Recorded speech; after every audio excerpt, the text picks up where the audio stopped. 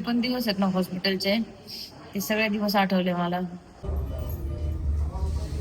एकच प्रॉब्लेम आहे जो मेन टेन्शन वाला आहे. मी टॅमी time. Very good, very good. इकडे बघा, चला इकडे इकडे इकडे इकडे इकडे बघा.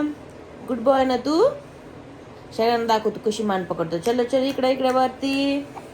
Very good. हा व्हेरी गुड, व्हेरी गुड. ये ये ये ये ये.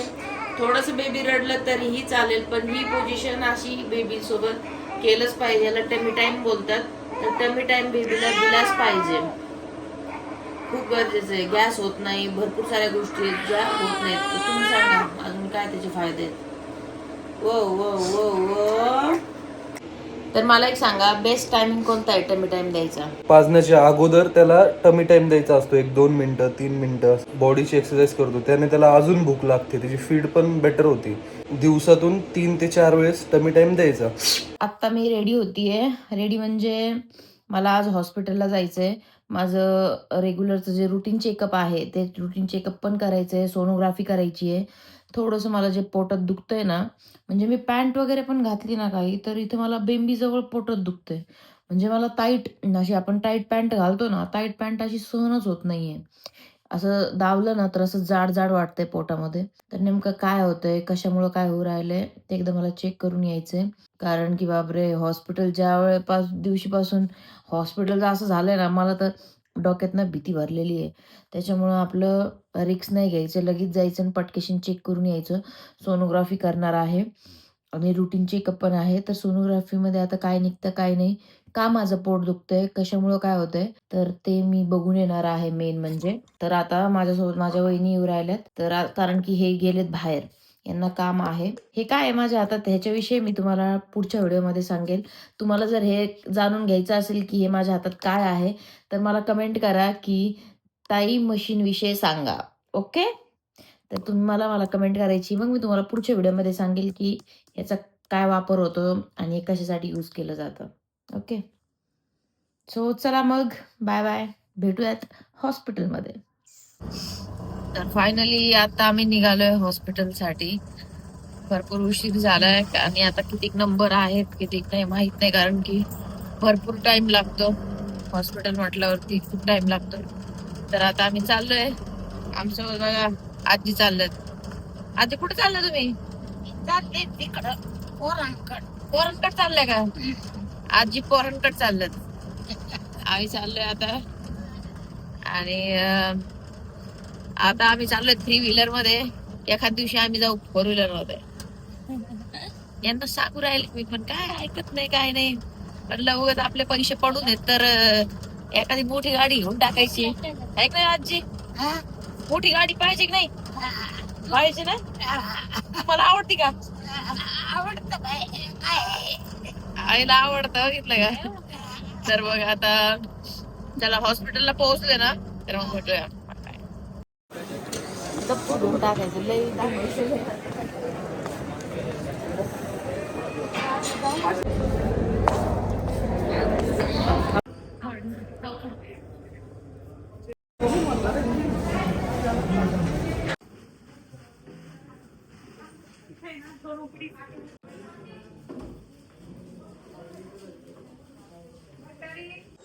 खूप सारे नंबर आहेत. मला वाटलंच होतं नंबर भरपूर असतील. बघा मागे, पुढे, तिकडे, इकडे, तिकडे, सगळीकडे नंबरच नंबर. मेन आता जोपर्यंत चेकअप होत नाही ना तोपर्यंत डोक्यातलं जाणार नाही. कारण एकदा चेक झालं ना म्हणजे मग मी फ्री होऊन जाईन, टेन्शन फ्री.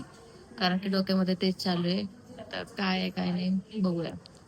थोडस टेन्शनचीच गोष्ट आहे ना.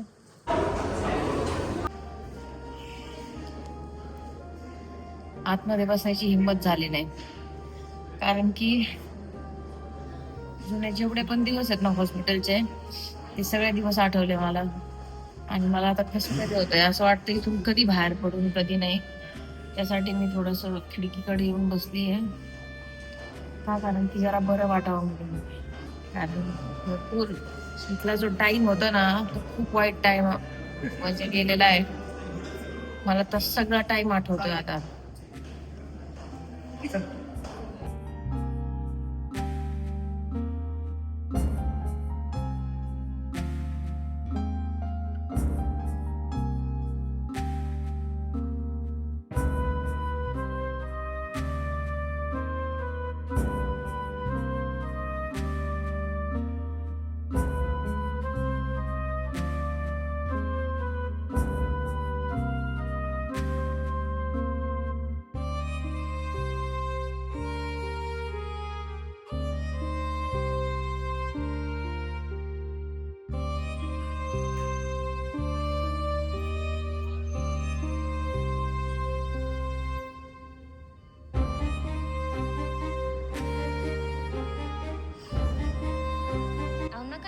गेला ना तो टाइम, जाऊ दे आता, विसरून जा.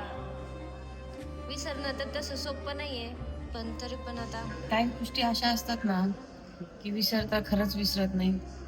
म्हणजे आज मी इथं आले आणि मला सगळ्या गोष्टी आठवल्या. पूर्ण डोक्यात सगळं भिंतय माझ्या, असं फिरू राहिलंय. आणि तो टाइमच खूप अवघड होता तुमच्यासाठी पण आणि सगळ्या फॅमिली मेंबर्ससाठी पण. माझं लिटरली माझं डोकं दुखायला लागलं. मला सणसण होते डोक्यामध्ये. पण तुमचा त्रास तुम्हीच सहन केला. किती त्रास झालाय तुम्हाला.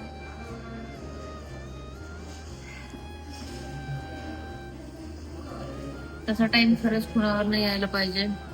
तेवढ्या मोठ्या गोष्टीमधून बाहेर पडले, देवाची कृपा. खरंच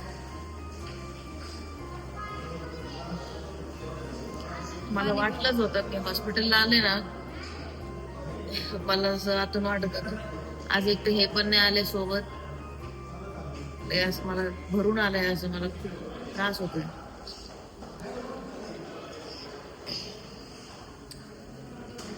असं वाटतं इथून कधी बाहेर निघेल आणि घरी जाईल असं झालंय आता.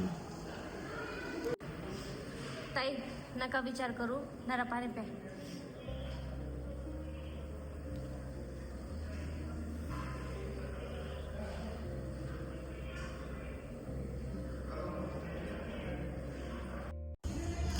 तर दोन तास होत आलेत आम्ही इथं बसलोय. अजून तरी नंबर आला नाहीये. तरी अजून 5 नंबर बाकी आहेत. भरपूर टाइम लागतोय. आणि मेन म्हणजे घरून फोन आला होता की बेबी आता म्हणजे उठणारच आहे आणि त्याला उठल्याबरोबर दूध लागणार आहे. दूध तसं मी ठेवून आले होते, ते दूध संपलं आणि आता त्याला भूक लागते ना, त्याची भूक वाढली आहे आणि आता दूध पण नाहीये. मला तेच टेन्शन आलंय. असं वाटतंय घरी जाऊ काय.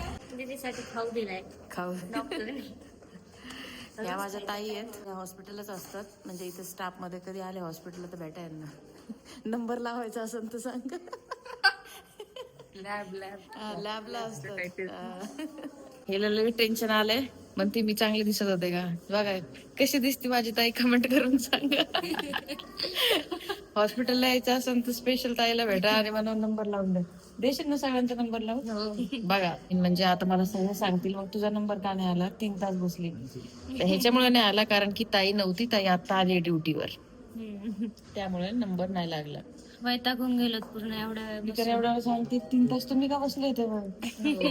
ही आता आलीये आणि लगेच माझ्याकडे आली. तिला वाईट वाटलं की यार मी आधी आले असते तर बरं झालं असतं. पण तिला पण 2 बेबी आहेत क्यूट क्यूट वाले.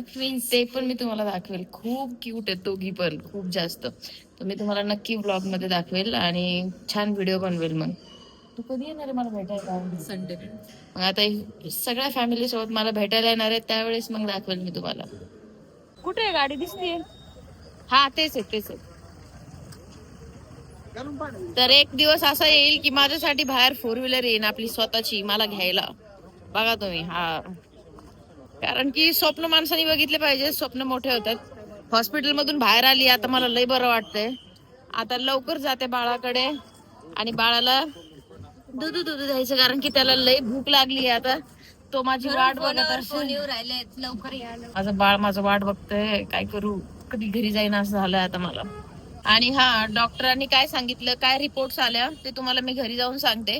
खूप सिरियस पण नाहीये, पण 1-2 गोष्टी आहेत जे मी तुम्हाला नक्की सांगेल. तर घरी जाऊन आधी बाळाला दूध पाजते आणि मग मी थोडस निवांत होईल आणि मग मी तुम्हाला सांगते की काय झालं आणि काय नाही, काय सांगितलं मॅडमनी. ओके.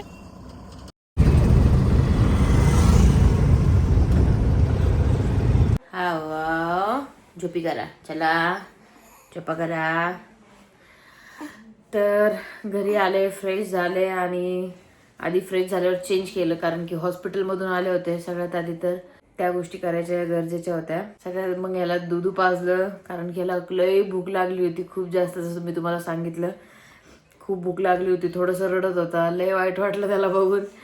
जशी आपल्याला भूक लागते तसंच ते रडत होतं छोटूशे बाळ.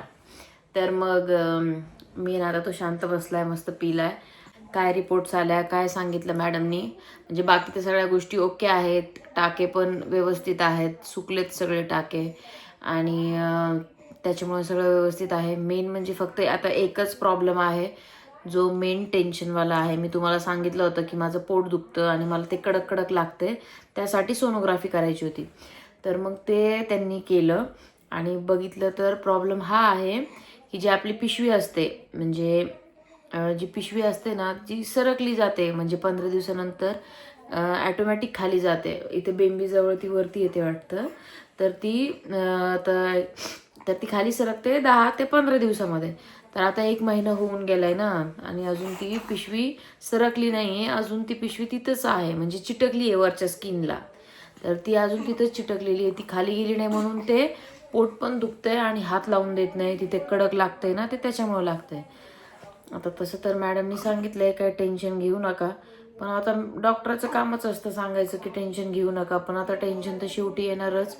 तर आता डोक्यामध्ये हेच चालू आहे की म्हणजे जोपर्यंत आता ते सगळं नीट होत नाही तोपर्यंत थोडंसं टेन्शन असणारच. यांना आल्यावर मी सांगितलं, तर मग हे पण आता थोडेसे जरा हेच दिसले मला. म्हणजे म्हटले की हा आता मॅडमनी सांगितले तर ठीकच असेल सगळं. पण माझ्या डोक्यामध्ये तर टेन्शनच येऊ राहिलं आहे. कुणासोबत असं काही झालं आहे तर मला प्लीज सांगा की हे काय टेन्शनची गोष्ट नाही आहे ना. म्हणजे कुणाला माहीत असेल तरी मला सांगा.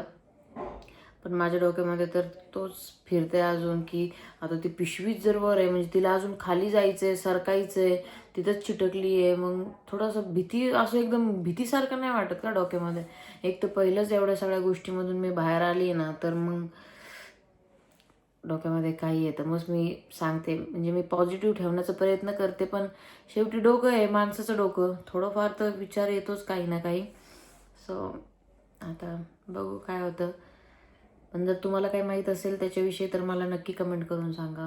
हा, तर आता बेबीला झोपवते आणि मग आता तो झोपला तर टेन्शन नाही, कारण की मग आता रात्रीचं तर ड्युटी करायचीच आहे. रात्रीचं माहिती आहे जागरण तर असतंच आहे. तर अजून एक गोष्ट आहे, मला एक कमेंट आलेली, एक नाही म्हणजे भरपूर कमेंट येतात की जास्त बोलू नका, लय बडबड करू नका, आराम करा, लय बोलत नका जाऊ, व्हिडिओज नका बनवत जाऊ. तर त्याच्यावरती मला एक उत्तर द्यायचं होतं. तर उत्तर असं आहे त्याचं की मला ना तुमच्यासोबत बोलायला, म्हणजे व्हिडिओ बनवायला आणि ह्या गोष्टी खूप आवडतात. म्हणजे मी मेंटली पण, माझ्या डोक्याला पण मला ना खूप चांगलं वाटतं. मग जर कोणत्या गोष्टी मला जर चांगल्या वाटत असतील आणि जर मी त्या करते म्हणजे तुमच्यासोबत बोलते तुम्हाला काही माझ्या गोष्टी शेअर करते आणि तुम्ही पण मला कमेंट वगैरे करता, तर मला खूप चांगलं वाटतं त्या गोष्टी करून. तर ज्या गोष्टी करून जर आपल्याला चांगलं वाटतंय तर मग त्या गोष्टी माणसाने केल्या पाहिजेत, बरोबर की नाही?